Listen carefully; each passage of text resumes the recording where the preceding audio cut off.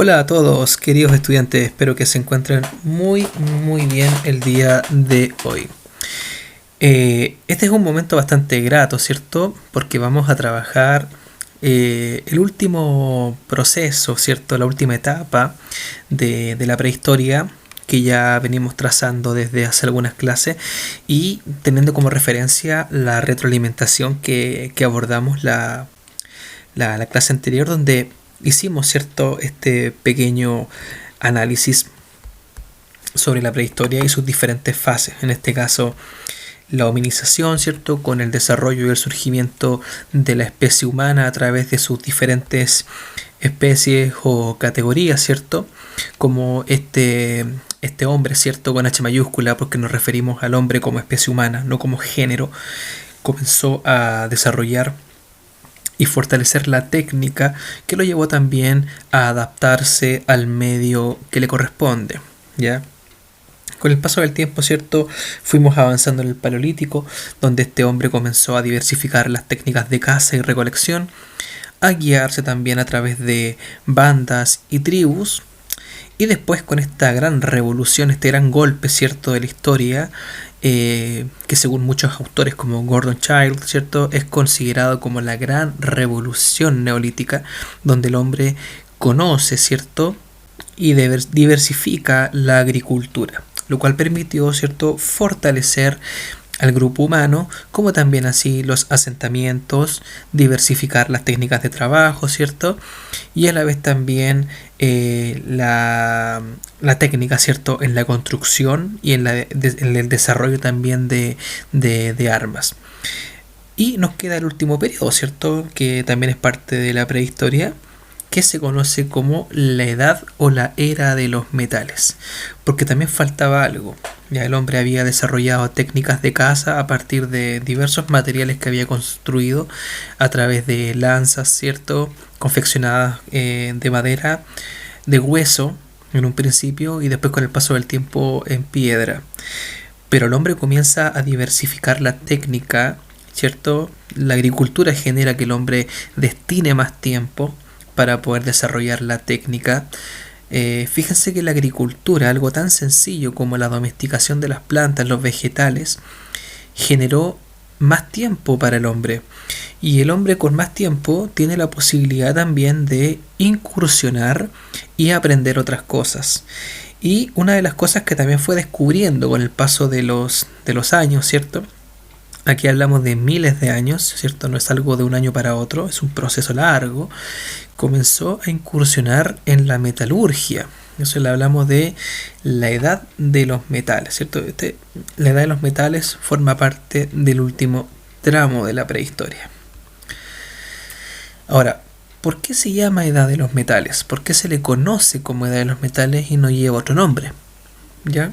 Es un proceso donde se especializa la técnica de la metalurgia, se descubren las propiedades del cobre, del bronce y del hierro en ese mismo orden, cobre, bronce y hierro, lo cual va a reemplazar con el paso del tiempo, ¿cierto?, las herramientas creadas de piedra y de hueso. Ya, de hecho, herramientas de hueso no se han encontrado muchas porque el hueso con el paso del tiempo se desintegra muy rápido, pero sí las de piedra se han encontrado muchos yacimientos con puntas de flecha. Y con el paso del tiempo, estas puntas de flecha de piedra van quedando de lado porque se comienza a descubrir, ¿cierto?, las propiedades de estos metales. No solo se van a mejorar las herramientas, sino que también se van a crear nuevas, según obviamente el tipo de metal. ¿Cuáles son estos metales? Bueno, ya los vamos a conocer. Son 3: el cobre, el bronce y el hierro. Bueno, en primera instancia se trabaja el cobre. El cobre se trabaja primero a base de martilleo. El martilleo es básicamente apoyar el metal en una estructura sólida e ir dándole forma a través del golpe que se le va dando con un martillo, ¿cierto? Y se va forjando este metal. Se calienta y se comienza a martillar hasta que se le dé la forma que se quiera. Ahora, el cobre es un metal que al calentarse es muy moldeable. De hecho, el cobre se puede reutilizar, ya tiene una gran propiedad en ese sentido. eh, con el paso del tiempo comienza a desarrollarse la fundición del cobre, ¿ya? Pero para eso se requieren hornos muy especializados que logren mantener temperaturas demasiado altas. Como pueden ver acá, el cobre, la temperatura para que se pueda fundir, ¿cierto? En una estructura un poco más líquida es de 1085 grados. O sea, para llegar a esa temperatura tienes que tener un horno extremadamente potente. Cualquier horno que ustedes tengan en su casa, ¿cierto? No va a superar los 300-400 grados. Un horno convencional puede llegar a los 250-300 grados, pero ninguno va a superar los 400 grados. Quizá un horno industrial pueda llegar a los 600-700, pero los hornos que son hechos para poder fundir metal son los únicos hornos que sobrepasan fácilmente los 1000 grados. O sea, imagínense que este hombre tan primitivo, que solemos verlo, ¿cierto? Como un hombre prácticamente sin posibilidad de desarrollo, logró en base a la técnica desarrollar la fundición de un metal. Obviamente, para desarrollar la fundición de un metal, primero debes descubrirlo. Y eso es sumamente complejo. Imagínense lo que les estoy explicando, ¿no? En un contexto donde no hay tecnología para poder extraer metales como hoy día, este hombre logró hacer algo que hoy día se hace, pero con tecnología muy avanzada. Después, con el paso del tiempo, el hombre va a trabajar el bronce. El bronce también es maleable como el cobre, pero el bronce no es un metal puro. El bronce es una aleación. ¿Qué quiere decir esto?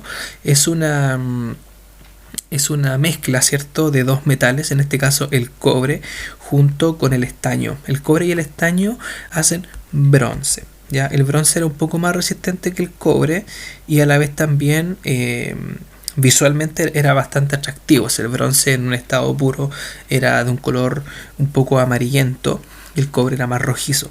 Ahora, el bronce se funde a la misma temperatura que el cobre.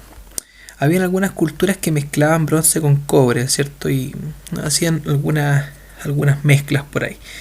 Y después, bueno, llegamos a una edad muy superior, ¿cierto? El hierro. Si fundir el cobre y fundir el bronce era complejo, fundir el hierro más aún. Fíjense, fundir el hierro necesita 1538 grados todavía. O sea, necesitas hornos mucho más potentes para fundir el hierro. Como el hierro en pocas ocasiones se podía fundir en líquido, lo que se hacía era calentarlo a gran temperatura e ir dándole forma con técnica de martilleo. Al igual también como se hizo con el cobre y el bronce en primera instancia. Pregunta: ¿la era o edad de los metales fue en todos los lugares igual?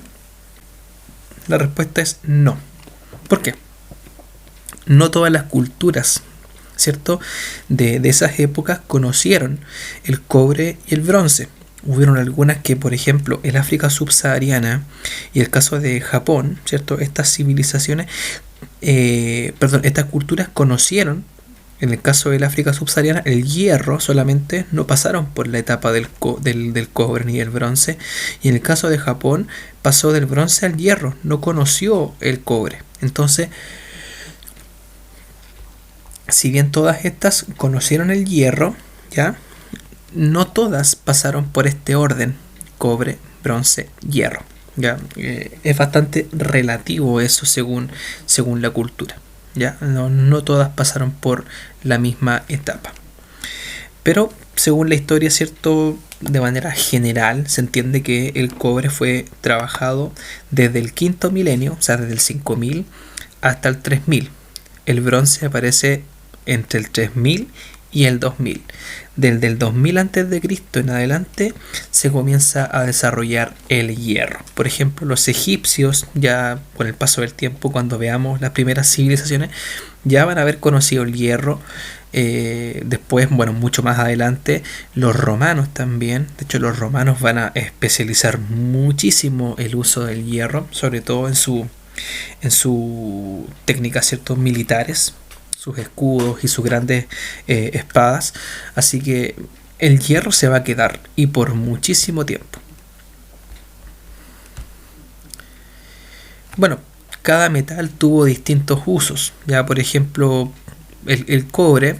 El cobre principalmente tenía una propiedad ornamental, ¿cierto? Más decorativo, ¿cierto? Para embellecer, ¿cierto? Joyas, pendientes y alguno que otro, ¿cierto?